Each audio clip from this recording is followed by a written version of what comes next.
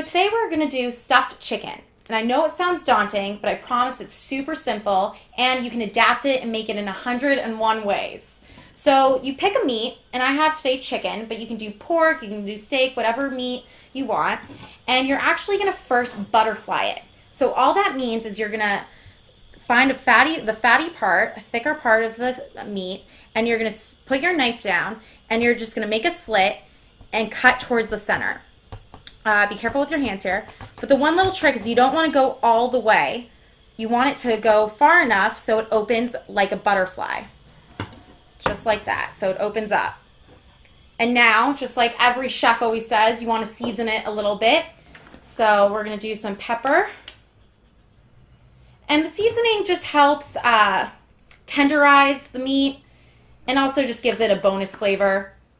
Can't go wrong. Just a little bit. I always pour too much salt. So we're going to go nice and light on this. All right. All right, so now this is the fun part. You're going to stuff away. So you're going to grab whatever cheese you want. I have blue cheese on hand, but you can do cheddar, brie, Gruyere, goat, whatever cheese you'd like. And you're going to hold off one side and just pour some in the center. Just like that. And you're going to move it around. I like a lot of cheese in mine, so I'm going to pour a little more. You just want to be careful to not pour too much because you don't want the cheese to fall out. So see how some are falling? I'm just going to try to tuck them in. All right, so now that it's stuffed, all you have to do is put it on a heated skillet. And now this is where you can do a couple different versions. If you want it on the healthier side, you can just do some Pam spray. If you want it a little better, you use some oil. And the cool thing about the oil is that it'll help sear one side of it. And all that means is that it's going to give it a brown, nice texture to it.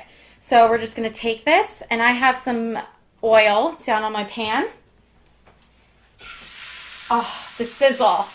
That's what you want to hear. So now, with chicken or pork, meats like that, you do want to cook it all the way through. So I'd recommend about 4 minutes aside. Basically, you're going to have to eyeball it, look, see if it's fully cooked through. Like, you can prick a little piece of it.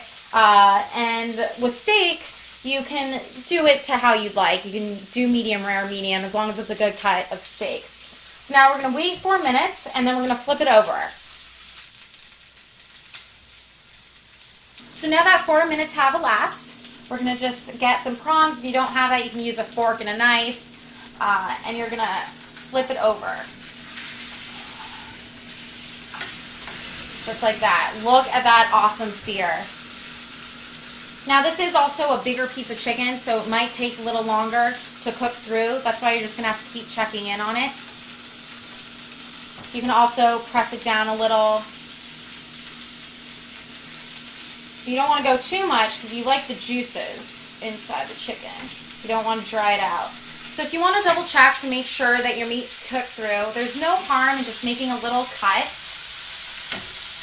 and taking a peek in. Now, it looks like it needs about a minute more. It's still a little pink in the center. So we're just going to keep it on. That's just a really nice trick, and you can hide it by flipping the chicken over. Pretty cool. I'll do that right now, actually. So now that it's fully cooked through, carefully lift it off the pan. And you got it nice on your plate. All right, now we get to dive in. So the coolest part is that you get the blue cheese everywhere with every bite. Mmm. Mmm.